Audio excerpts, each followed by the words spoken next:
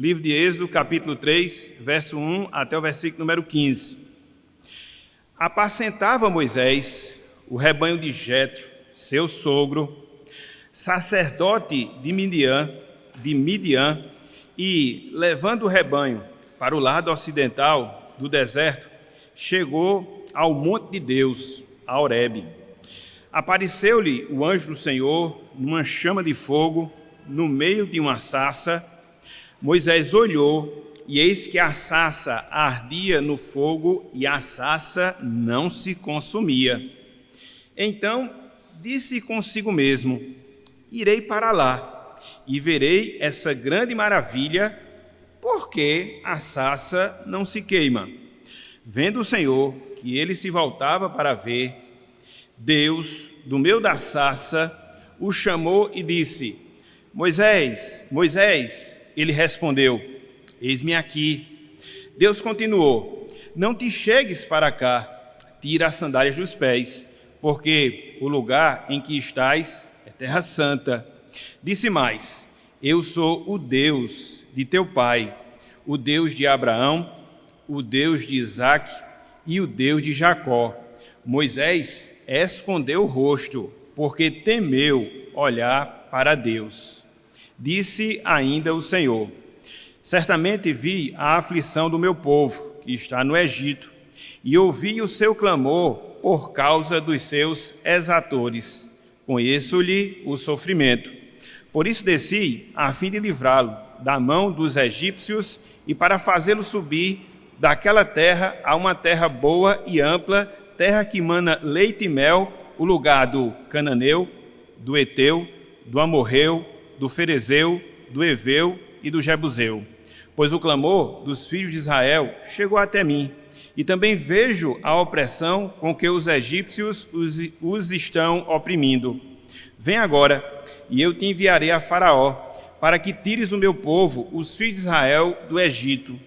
Então disse Moisés a Deus: quem sou eu para ir a Faraó e tirar do Egito os filhos de Israel? Deus lhe respondeu: eu serei contigo, e este será o sinal de que eu te enviei. Depois de haveres tirado o povo do Egito, servireis a Deus neste monte. Disse Moisés a Deus: eis que, quando eu vier aos filhos de Israel e lhes disser: o Deus de vossos pais me enviou a vós outros, e eles me perguntarem: qual é o seu nome? Que lhes direi? Disse Deus a Moisés: eu sou o que sou. Disse mais: assim dirás aos filhos de Israel: eu sou, me enviou a vós outros. Disse Deus ainda mais a Moisés: assim dirás aos filhos de Israel: o Senhor, o Deus de vossos pais, o Deus de Abraão, o Deus de Isaque, o Deus de Jacó, me enviou a vós outros. Este é o meu nome eternamente, e assim serei lembrado de geração em geração. Até aqui, até o versículo 15. Que o Senhor nos abençoe e que Ele aplique em nossos corações a porção lida da sua santa e bendita palavra. Amém. Meus irmãos, minhas irmãs, nos dias e na cultura em que nós vivemos, uma cultura ocidental, haja vista a nossa localização geográfica, os nomes das pessoas, via de regra, nada mais são do que rótulos. Eu vou repetir. Nos dias e na cultura em que nós vivemos, os nomes das pessoas nada mais são do que rótulos. Por que eu estou dizendo isso? Pelo menos em termos gerais. Muitas vezes as pessoas elas dão nome, as pessoas elas nomeiam seus filhos movidas por modismos. Às vezes acontece isso muito, né? Existem aqueles nomes, vamos assim dizer, nomes que estão na moda, e aí quando as crianças nascem, naturalmente elas vão receber esses nomes, e são tão propagados que estão na moda, tanto é que é uma fase, né? Você pode ver isso no nome de crianças, na medida que você analisa determinados períodos. Na verdade, quando a gente analisa essa questão, a gente percebe que muitos apelidos que a gente recebe, eles são muito mais significativos do que os nossos nomes. Por quê? Porque muitas vezes os apelidos que a gente recebe, eles acabam dizendo aquilo que nós somos, ou eles acabam retratando alguma característica peculiar nossa, algo que se destaque na nossa vida, algo que porventura nós façamos. Então, muitas vezes, repito, acontece isso. Os apelidos, eles são muito mais personificados, eles são muito mais apropriados do que muitas vezes os nomes com os quais nós nomeamos os nossos filhos. Contudo, meus irmãos, contudo, minhas irmãs, dentro da cultura oriental, não ocidental, na qual nós vivemos, sobretudo quando nós analisamos os tempos bíblicos da história que se passa na palavra de Deus, não era esse o comportamento das pessoas, sobretudo não era esse o comportamento dos homens e das mulheres de Deus. Em geral, irmãos e irmãs, os nomes que as pessoas elas recebem nas escrituras sagradas têm um significado específico, têm um significado peculiar. Via de regra, os nomes que a gente vê na palavra de Deus, a nomeação de nomes, vamos assim dizer, que a gente encontra na palavra, eles estão relacionados a eventos especiais pelos quais as pessoas passaram, ou eles estão relacionados ao desejo específico dos pais em relação a seus filhos. E aqui eu podia chamar, pelo menos para a nossa atenção, 2 exemplos. Primeiro exemplo, o exemplo de Moisés. O nome Moisés significa tirado das águas. Então, por que ele recebeu esse nome? Porque foi justamente naquela circunstância em que a filha de Faraó o tirou da água para que assim pudesse criá-lo. Então, por isso, Moisés, ele recebe esse nome, diretamente relacionado a uma circunstância ali da sua vida. Por semelhante modo, quando você vai analisar o nome Samuel, presente de Deus. Por que isso? Porque Ana deu esse nome ao seu filho, porque de fato foi um presente de Deus, fruto das suas orações, fruto do seu voto, fruto da sua busca por Deus, da sua busca pelo Senhor. Então, veja que quando você olha para a palavra, quando você olha para as escrituras, os nomes eles têm esse significado bem especial. Eles estão relacionados a circunstâncias específicas, eles estão relacionados à experiência dos pais ou algum desejo específico que os pais tinham em relação ao seu filho. Então, há, vamos assim dizer, uma diferença gritante entre nós, que vivemos numa cultura ocidental, e aquelas pessoas que vivem dentro de uma cultura oriental, em especial nos tempos bíblicos, nos tempos da palavra do Senhor. E é interessante, meus irmãos, é interessante, minhas irmãs, porque isso fica muito mais claro, isso fica muito mais explícito quando se trata dos nomes de Deus, quando se trata dos nomes do Senhor. Por causa da nossa cultura ocidental, a gente não consegue, meus irmãos, minhas irmãs, prestar atenção ao relacionamento que há entre os nomes de Deus e o seu caráter, entre os nomes de Deus e os seus modos de agir, entre os nomes de Deus e a relação que esses nomes envolvem as nossas vidas. Então, isso tem um peso muito maior, isso tem uma significação muito mais ampla.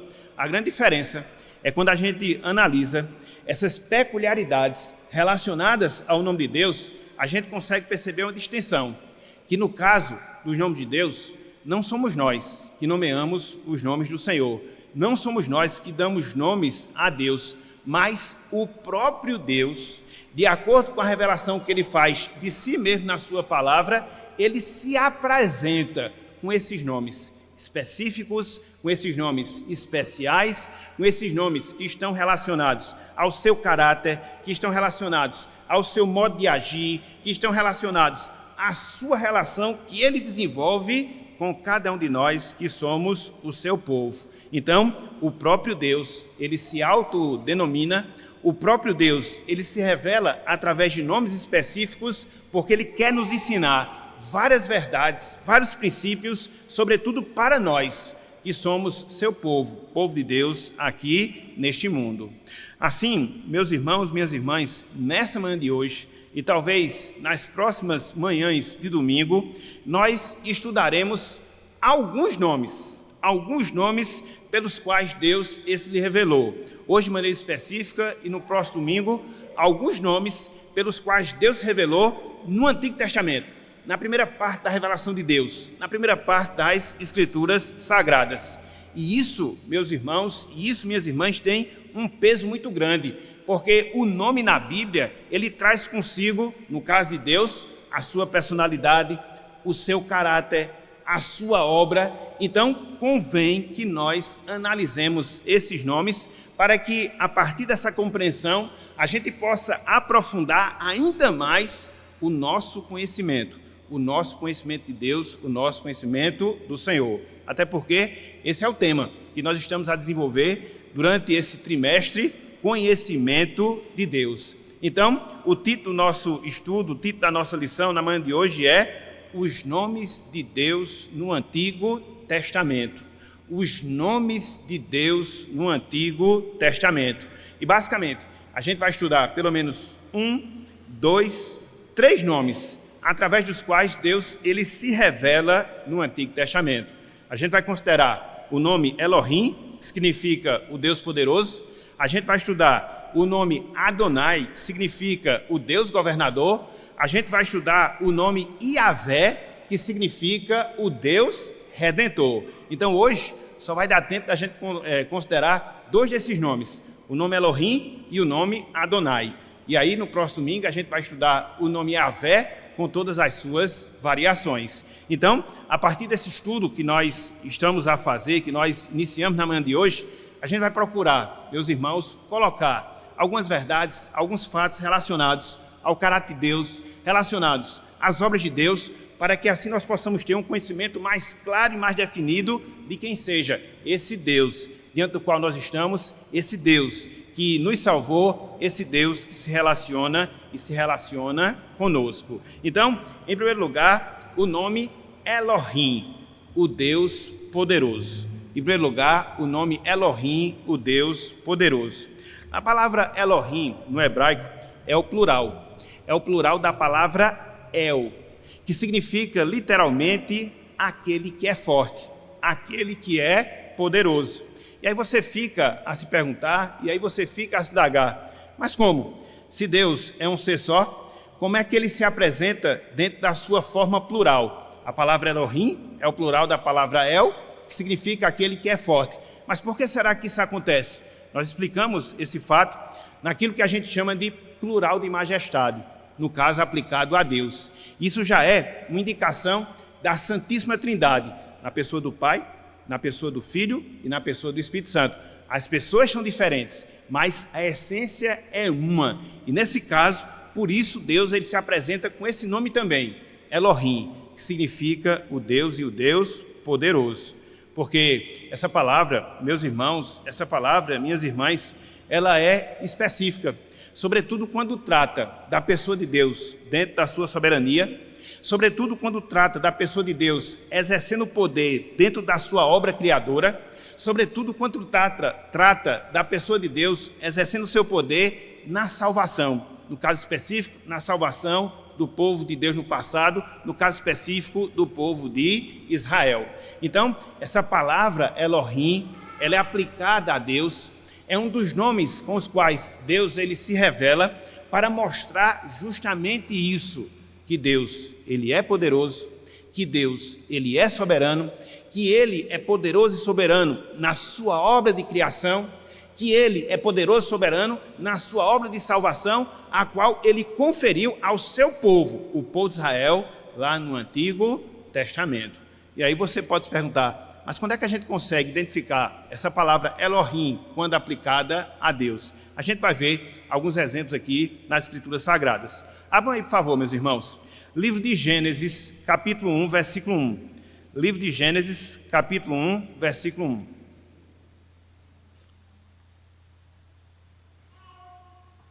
É o primeiro verso das Escrituras Sagradas.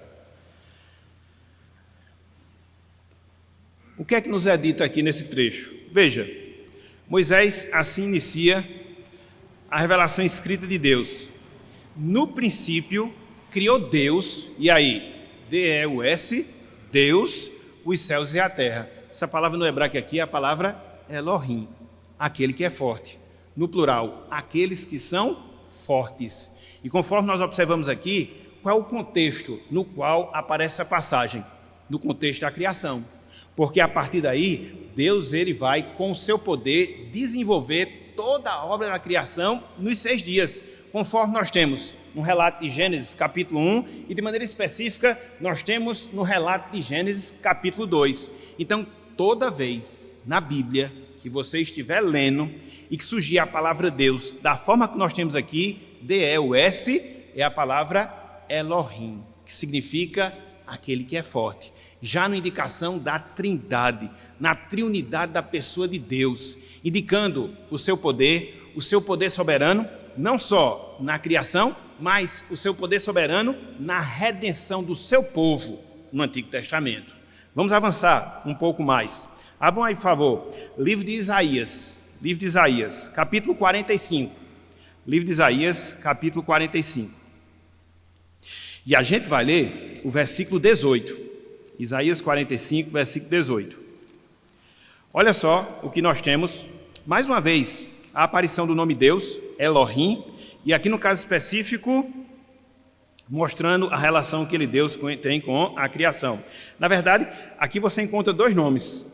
Senhor, no caso aqui é Yahvé, a gente vai estudar isso semana que vem, e você encontra o segundo nome, no caso Deus, Elohim. Você encontra os 2 nomes aqui aplicados a Deus. Veja, Isaías 45, versículo 18. Diz o seguinte a palavra do Senhor.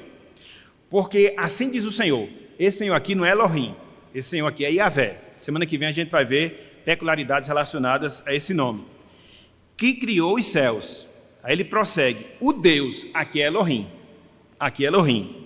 Que formou a terra, que a fez e a estabeleceu, que não a criou para ser um caos, mas para ser habitada. Eu sou o Senhor e não há outro. Então Deus aqui, ele está aplicado, esse nome Elohim, dentro da obra da criação. Aqui você vê 2 nomes, Senhor e Deus, ambos aplicados à pessoa do nosso Deus, mas com significados diferentes. No caso específico, Deus aqui, Elohim, aquele que é forte, aquele que criou a terra, para que ela pudesse ser habitada e não para que ela fosse um caos, mediante o exercício do seu poder. E por fim, abram aí, Jeremias 32. A gente vai se ater ao Antigo Testamento, porque conforme o título da lição aponta, são os nomes de Deus no Antigo Testamento. Então a gente vai ficar analisando o Antigo Testamento de maneira mais específica. Depois a gente vai para o Novo, certo? Veja, Jeremias capítulo 32, versículo 27. Mais uma vez a gente vai ver Deus se revelando através de 2 dos seus nomes, Yahvé e Elohim, Senhor e Deus. E olha só o que ele diz. Eis que eu sou o Senhor, Yahvé, o Deus Elohim, de todos os viventes. Acaso haveria coisa demasiadamente maravilhosa para mim? Deus aqui faz uma pergunta que por ela em si a gente já tem a resposta. Não há para Deus coisa difícil, não há para Deus coisa demasiada complicada, muito pelo contrário. Ele é Deus, Ele é aquele que é forte, Ele é o Senhor, Ele é o Criador. Então, quando nós ouvirmos, meus irmãos, quando nós lermos, minhas irmãs, a palavra Deus no Antigo Testamento, sempre nos lembremos, essa palavra aí no original hebraico significa Elohim, especificamente falando significa aquele que é forte. Contudo, quando a gente lê e quando a gente estuda essa palavra El, significando aquele que é forte e aplicando a Deus, a gente percebe que é uma palavra ainda muito genérica, muito geral. Via de regra, essa palavra ela é combinada com outras palavras que nós temos na Bíblia. E por que há essas combinações, vamos assim dizer? Para que assim a gente possa ter uma visão mais clara, para que assim a gente possa ter uma visão mais definida de quem é Deus, o seu caráter, de quem é Deus, a sua obra. Então, essa palavra Deus, ela aparece sozinha, mas muitas vezes ela aparece associada com outras palavras para apontar um fato específico, uma característica específica de Deus, e dessa forma nós possamos ter uma visão mais clara de quem é Deus. Das várias palavras que nós poderíamos fazer menção, separamos aqui pelo menos 3. palavras em que se junta essa palavra Deus para apontar algo específico em relação ao nosso Deus. A primeira palavra é a palavra El Shaddai. Quem aqui não já ouviu? Quem aqui não já escutou? O que é que significa a palavra El Shaddai? Significa Deus poderoso, ou Deus todo-poderoso.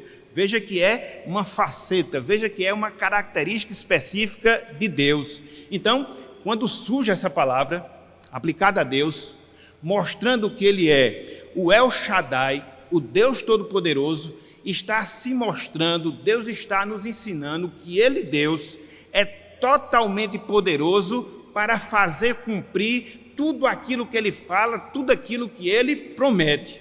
É diferente, meus irmãos, é diferente, minhas irmãs, do que acontece em relação às nossas vidas. A gente faz promessas, a gente fala de coisas, mas na verdade nós não temos controle sobre a situação para que de fato a gente possa garantir que aquilo que a gente fala de fato vai se cumprir. Isso é uma característica nossa enquanto ser humano. Contudo, quando você analisa a pessoa de Deus, você percebe que é diferente. Em virtude dele ter todo o poder, em virtude dele ser todo poderoso, aquilo que ele fala, aquilo que ele promete, ele cumpre, porque ele tem todas as condições possíveis para fazer. E é justamente por causa disso que na Bíblia também nós encontramos Deus se revelando como Deus El Shaddai, o Deus todo-poderoso. Quer ver um exemplo? Abra, por favor, aí, livro de Gênesis, capítulo 17. Livro de Gênesis, capítulo 17.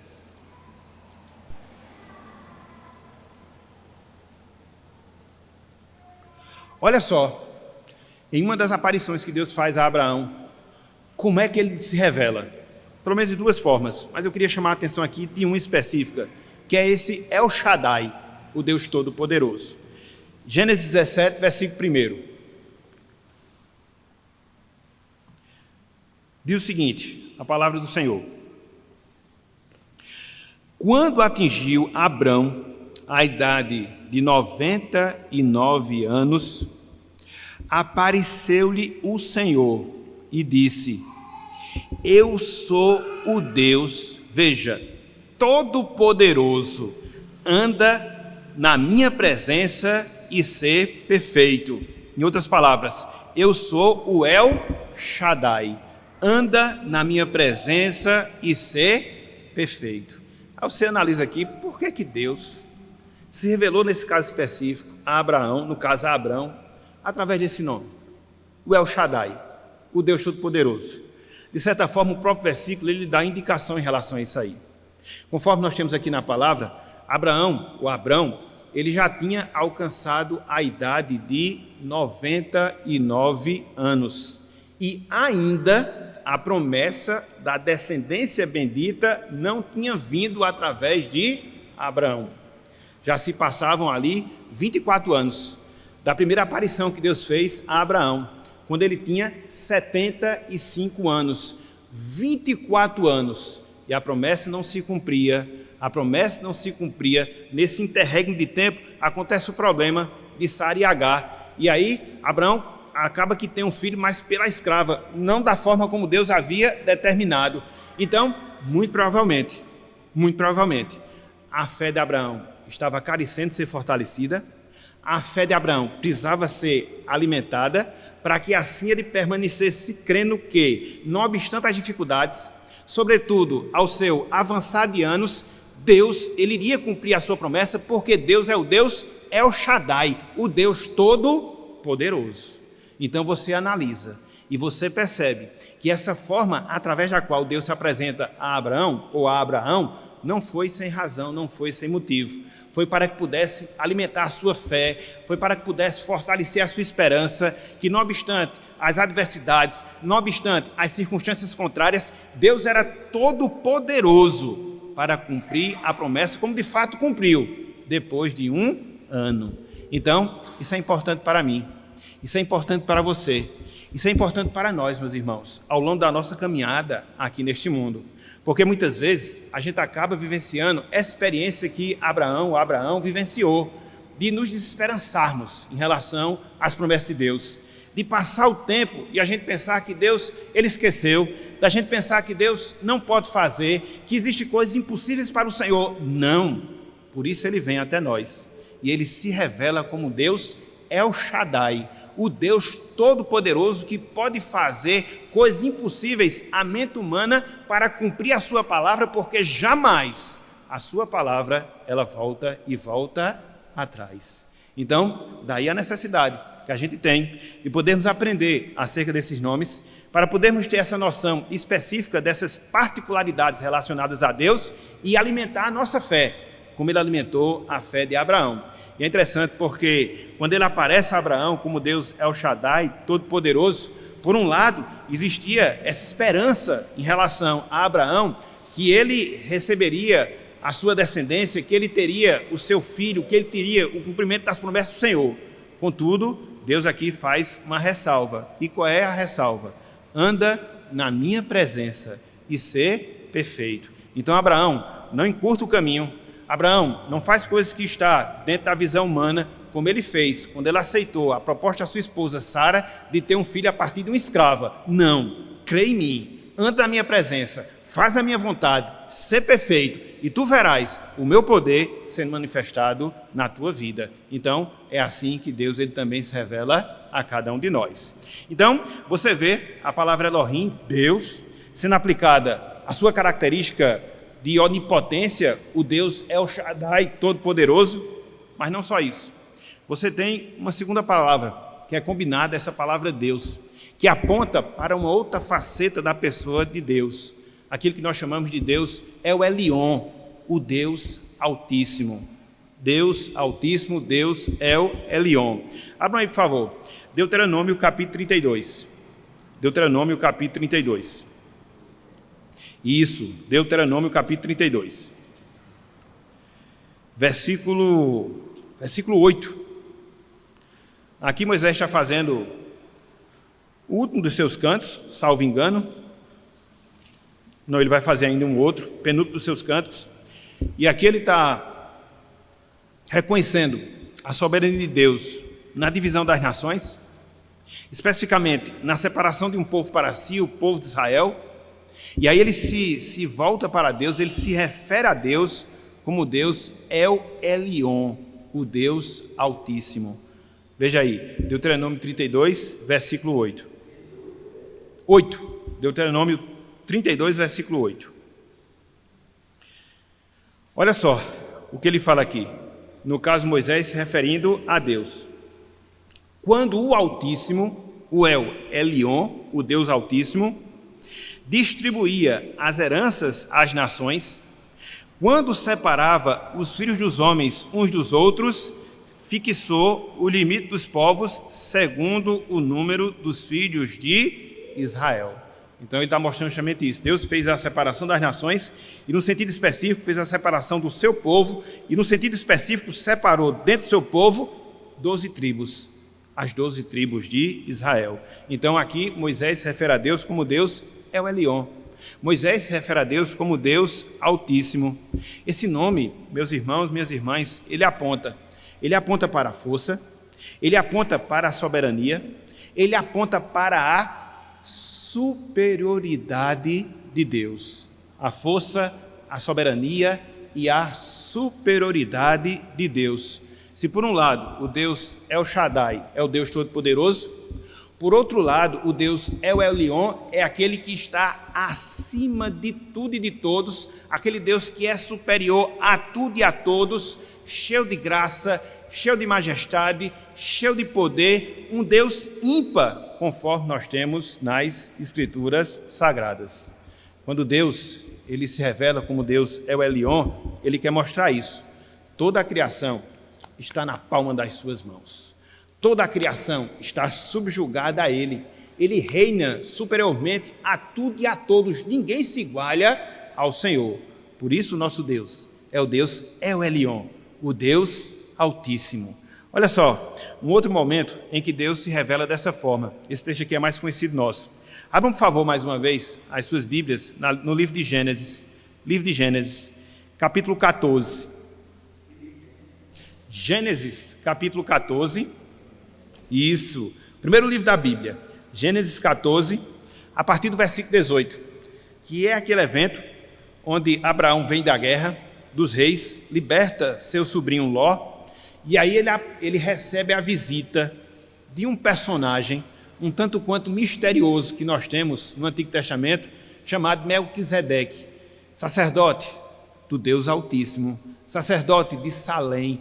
Alguns dizem aqui que ele já era uma revelação de Cristo pré-encarnado, outros um sacerdote que de fato existiu. Então essa figura de Melquisedeque, ela é bem misteriosa na Bíblia. Você encontra acerca dele aqui, você encontra acerca dele no Salmo 110, você encontra acerca dele lá no livro de Hebreus, mas eu não vou entrar nos detalhes acerca de quem era esse Melquisedeque. Eu só vou apontar o fato de que ele era sacerdote, no caso do Deus El Elyon. Olha só, Gênesis 14, versículo 18, diz o seguinte, Melquisedeque, rei de Salém, trouxe pão e vinho, veja, era sacerdote do Deus Altíssimo, do Deus El Elyon. Abençoou ele Abraão e disse: bendito seja Abraão, pelo Deus Altíssimo, Deus El Elyon, que possui os céus e a terra, veja, superior a tudo e a todos. Bendito seja o Deus Altíssimo, que entregou os teus adversários nas tuas mãos, e de tudo lhe deu a Abraão o dízimo. Então foi um dos encontros extraordinários que nós encontramos na palavra do Senhor. Aqui você já vê, a prática do dízimo sendo exercida lá no Antigo Testamento. Lá no Antigo Testamento, nessa demonstração de sujeição, de obediência, de submissão que Abraão tem em relação a Deus. E aí ele entrega o dízimo, reconhecendo o sacerdote Melquisedeque como um sacerdote do Senhor, rei de Salém, o Deus El Elyon, que possui os céus e a terra. E por isso Abraão chega e entrega o dízimo a ele. E aí a gente observa o restante aqui da história, tudo vai se passar na continuidade da passagem. Então, meus irmãos, a gente já viu aqui o significado da palavra Deus no Antigo Testamento, no sentido genérico. A palavra Elohim, o plural de El, aquele que é forte, com as suas combinações. A palavra El Shaddai, o Deus Todo-Poderoso. A palavra El Elyon, o Deus Altíssimo. Mas eu queria chamar a atenção para uma outra combinação do nome Deus, Elohim, que nós encontramos na palavra do Senhor. É a palavra Elohim, que significa o Deus eterno. Elohim, que significa o Deus eterno. Abram aí, por favor, Isaías capítulo 40, versículos 28 até o versículo de número 29. Outra apresentação de Deus, outra apresentação do Senhor. Ele é o El Shaddai, o Todo-Poderoso, ele é o El Elyon, o Deus Altíssimo, ele é o Elohim, o Deus Eterno. Isaías, capítulo 40, versículos 28 e também o versículo de número 29. E aí você analisa e chega a essa conclusão, Não foi por acaso que Deus ele se revelou de nomes diferentes, apontando para a sua majestade, sua glória, seu poder, sua soberania, porque ele está se revelando para que nós possamos conhecê-lo melhor, dentro dos seus detalhes, dentro das suas peculiaridades, dentro das suas particularidades. Então é por isso que ele é tão claro na revelação que ele faz de si mesmo, através dos seus nomes. A gente nem chegou ainda nos atributos de Deus, nas suas qualidades. A gente vai chegar, a gente está parando aqui nos nomes, e só nos nomes a gente já vai vendo quanta coisa Deus revela de si para que nós possamos conhecê-lo melhor. Vamos lá, Isaías 40, versículos 28 e também o versículo de número 29.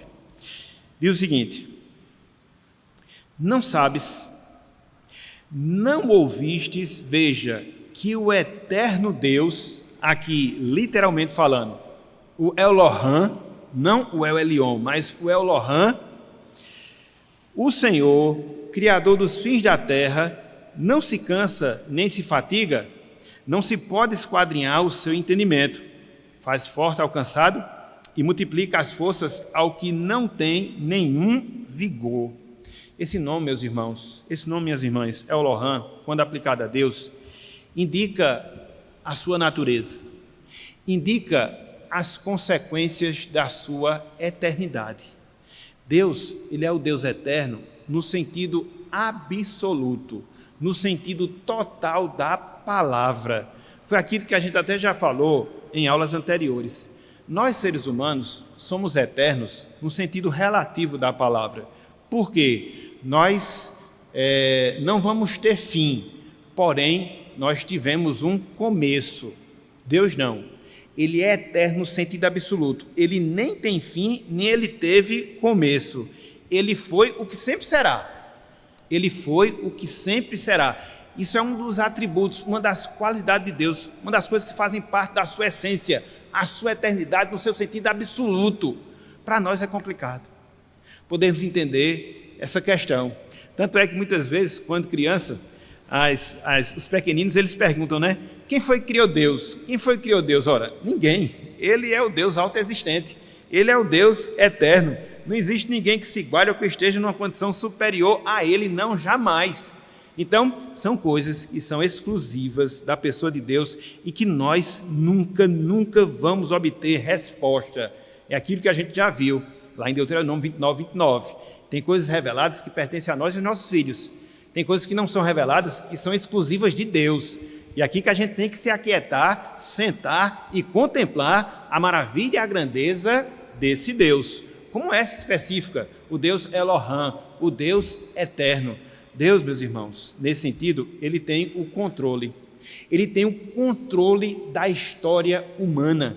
Ele tem o controle de todos os fatos relacionados à humanidade, desde a sua criação, lá em Gênesis, capítulo 1 a 2, até a sua consumação, lá em Apocalipse, capítulo 22. A história humana nada mais é do que o desenrolar da história divina, daquilo que Deus determinou para as pessoas. Deus não é pego de surpresa por nenhum fato histórico. Deus ele não é surpreendido por qualquer acontecimento que venha a ocorrer aqui neste mundo, não. Ele é o Deus eterno, eterno no sentido absoluto, eterno no sentido perfeito. Então, ele vê a história humana na palma das suas mãos. A gente está descobrindo acerca da história. A gente olha para o passado e vê o desenrolar da história. Para Deus, não, tudo é um eterno presente, todas as coisas estão claras, patentes diante dos seus olhos. Nada acontece que não passe dentro daquilo que Ele determinou para o seu mundo, para a sua criação. É por isso que aqui em Isaías capítulo 40, se você for fazer uma leitura desde o início do capítulo, você vai ver que Isaías faz um contraste entre Deus e os ídolos humanos. E dentro desse contraste que Isaías faz entre Deus e os ídolos humanos, ele coloca Deus dentro da sua majestade, para que nós possamos compreender que não existe ídolo criado pelo homem que venha se igualar ou que venha ter mais poder do que Deus, porque os ídolos humanos eles são criados. Tanto é que as pessoas vão na floresta, serra madeira, criam o ídolo para se prostrar, eles tiveram início. Deus não. Deus ele não teve início, ele não tem fim, ele é um eterno absoluto, ele é o que sempre será, para todo sempre, na sua majestade, na sua glória, no seu poder. Então isso para nós, meus irmãos, é algo incompreensível. A gente só consegue ter esses relances, a gente só consegue ter essas compreensões básicas, e é assim que deve acontecer mesmo, para que a gente venha se prostrar diante desse Deus, que é o Deus Elohim, o Deus eterno. Então, a gente viu pelo menos 3 nomes combinados com o nome Deus, que aponta para facetas específicas da pessoa do nosso Deus. Ele é o Elohim, mas ele é o Deus Todo-Poderoso, o Deus El Shaddai. Ele é o Deus Altíssimo, o Deus El Elyon. Ele é o Deus Eterno, o Deus Elohim. Então, só para a gente ter uma ligeira noção de quem é o nosso Deus, de quem é o nosso Senhor. Através desses nomes, Deus ele mostra a sua majestade ímpar em relação à sua pessoa e ao seu caráter. Ele é aquele, meus irmãos e minhas irmãs, que tudo pode, todas as coisas ele pode, por isso Deus ele cumpre as suas promessas. Deus ele é aquele que está nos céus, a quem pertence os céus e a terra, por isso ele é capaz de abençoar o seu povo. Deus ele é aquele que é eterno, no sentido absoluto do seu ser, por isso ele tem a história do mundo, a história dos homens na palma das suas próprias mãos. Esse é nosso Deus, esse é o nosso Senhor. Então, qual é o primeiro nome? Através do qual Deus ele se revela de maneira específica no Antigo Testamento. O nome é Elohim. Mas há apenas esse nome, através do qual Deus ele se revela no Antigo Testamento? Não. Existe um segundo nome pelo qual Deus ele se revela na primeira parte das Escrituras Sagradas. Se de um lado ele se revela como Deus Elohim, por outro lado, meus irmãos e minhas irmãs, ele também é o Deus Adonai. Ele também é o Deus Adonai. Em linhas gerais, o Deus governador. Essa palavra Adonai, ela significa aquele que é Senhor. Ela significa aquele que é mestre.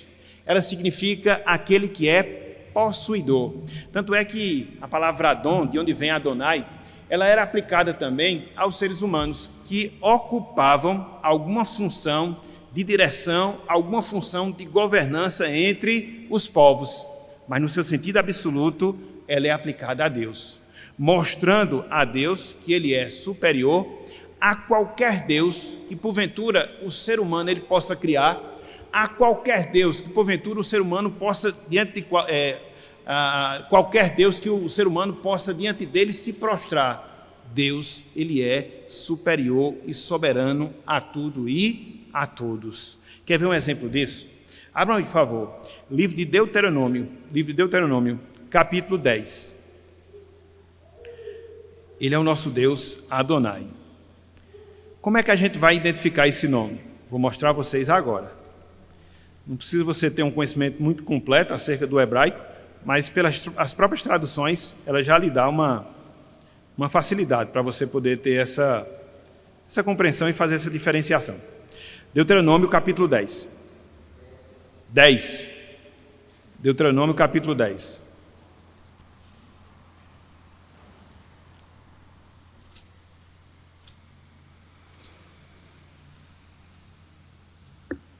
Versículo 17.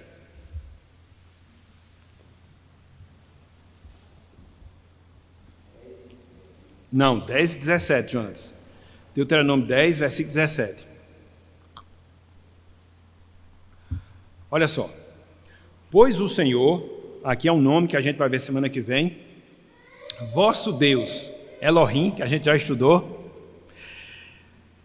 é o Deus dos deuses, veja, e o Senhor dos senhores. O Senhor aqui significa Adonai. O Senhor aqui significa Adonai. É com S maiúsculo só a primeira palavra, as demais com letra minúscula. Então, quando você vê essa palavra aqui, Senhor, somente o S com a letra maiúscula, ela é o Deus Adonai. Aí você consegue diferenciar do Senhor com todas as letras maiúsculas, que é o Deus Yahvé.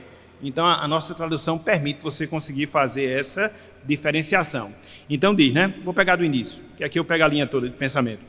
Pois o Senhor, vosso Deus, é o Deus dos deuses, e o Senhor dos senhores, o Deus grande, poderoso e temível, que não faz acepção de pessoas, nem aceita suborno. É interessante, meus irmãos, porque aqui nesse trecho de Deuteronômio, Deus está chamando o povo a um compromisso com Ele. Isso era extremamente necessário, porque o livro de Deuteronômio, ele marca a entrada do povo de Deus na terra prometida.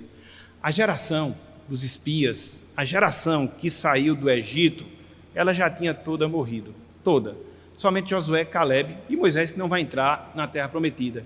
Então vieram outros israelitas que não viram, que não testemunharam todas as demonstrações de poder que Deus ele exerceu lá na saída do povo do cativeiro do Egito. E eles precisavam ser lembrados disso, do Deus diante do qual eles estavam, do Deus que eles serviriam, do Deus que iria dar posse à terra prometida a eles. E eles não poderiam cair mais uma vez no pecado da idolatria, como a sua geração anterior acabou caindo. E por isso ficaram prostrados, muitos deles no deserto. Então, para trazer esse fato, para mostrar essa verdade, aqui Deus ele se revela dessa forma toda especial, se autodenominando como Senhor, se autodenominando como Deus, se autodenominando como o Senhor dos senhores, mostrando que não existe nenhum ídolo, não existe nenhum Deus que se iguale, que se equipare a Deus. E aí você pode até perguntar, mas quer dizer que existem deuses concorrendo com o nosso Deus? Não, Deus é um Deus único. Não, Deus ele é um ser absoluto. As divindades que se tem são divindades que o homem cria na sua mente, mas de fato elas não existem. Só quem existe, quem autoexiste, é a pessoa de Deus. Contudo, o pecado faz isso com as pessoas, faz com que elas criem ídolos, faz com que elas criem deuses para si e creiam nesses deuses. E aqui Deus ele está chamando a atenção do seu povo. Não mais isso, não mais isso. Eu sou o Senhor, eu sou Deus, eu sou o Senhor dos senhores. É diante de mim que vocês devem se prostrar, é a mim que vocês devem servir, é a mim que vocês devem obedecer, sobretudo quando vocês adentrarem a terra prometida, para que vocês não caiam no mesmo pecado que os seus antepassados caíram. Infelizmente, a história vai mostrar, né? O livro de Josué, o livro de Juízes, que a história se repetiu. Deus foi esquecido, a idolatria voltou a ser uma prática, e a gente já sabe, né? Porque essa é a história da humanidade. Pecado, desobediência, ação de Deus, volta para o seu caminho, pecado de novo. Então, essa é a oscilação espiritual que vai nos caracterizar até a consumação de todas as coisas. Contudo, o que a gente precisa entender aqui é que Deus, ele é o Deus Adonai. Ele é o Deus governador. Ele é o Deus que é o Senhor dos senhores, o Rei dos reis, o Senhor dos senhores. É diante dele, meus irmãos, que nós devemos estar sempre. É a Ele que nós devemos servir, é nele que nós devemos crer, ao longo da nossa peregrinação, até nós chegarmos à nossa terra prometida, a Jerusalém celestial. Ele não é o Deus apenas dos antigos, ele não é o Deus apenas dos patriarcas, ele não é o Deus apenas do Antigo Testamento, não. Ele é o Deus nosso, não, ele é o Deus das nossas vidas, que continua a agir, que continua a operar, que na verdade, ele está dentro de nós, através da presença do seu Santo Espírito. É o Deus que não é tomado de surpresa por nada, é o Deus que rege a vida do mundo, é o Deus que controla a nossa existência, é o Deus que dentro da sua soberania nos salva. Por isso nós estamos aqui perante Ele, para adorar, exaltar e glorificar o seu santo e excelso nome. Nada nem ninguém se iguala a esse Deus Adonai.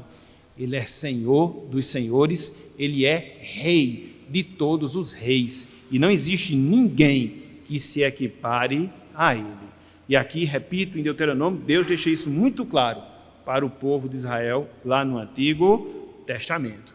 Então, meus irmãos, minhas irmãs, esses são os dois nomes que até aqui nós estudamos acerca de Deus.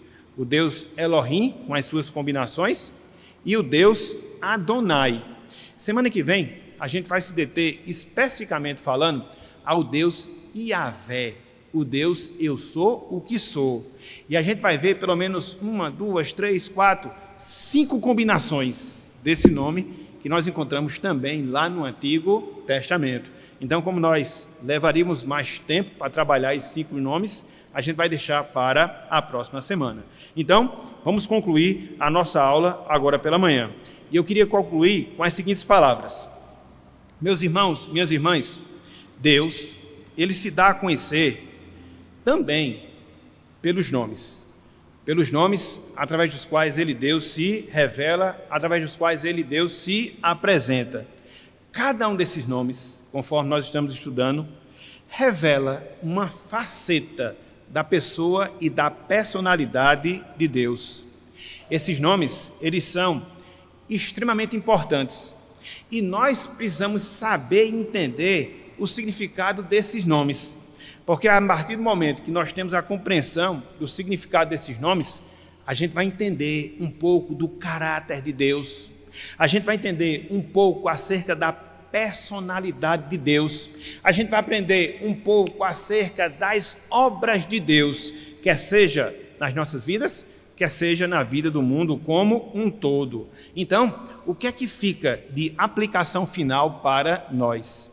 Meus irmãos, minhas irmãs, procuremos entender o significado desses nomes relacionados a Deus.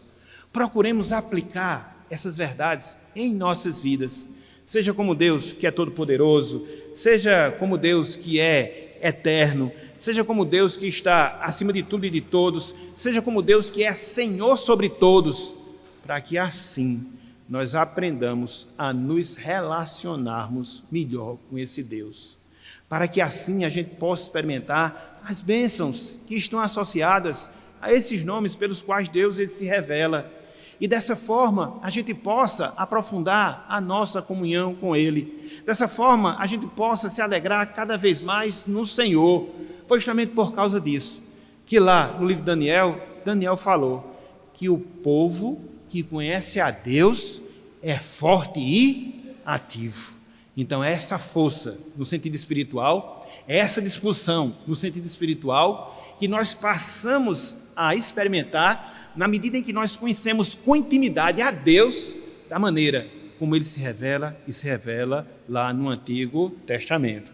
Nós vamos complementar essa aula na próxima semana e, se Deus assim permitir, a gente também vai ver alguns nomes através dos quais Deus se revela no Novo Testamento, para só depois de tudo isso, enfim, entrarmos nos atributos de Deus. O caminho é longo, mas com a graça de Deus a gente vai chegar, aprendendo parte em parte e se edificando parte em parte, para que assim Deus ele venha a ser glorificado na nossa vida e a gente venha a crescer, no dizer de Pedro, na graça e no conhecimento do nosso Senhor e Salvador Jesus Cristo. A Ele seja glória para todos sempre. Amém.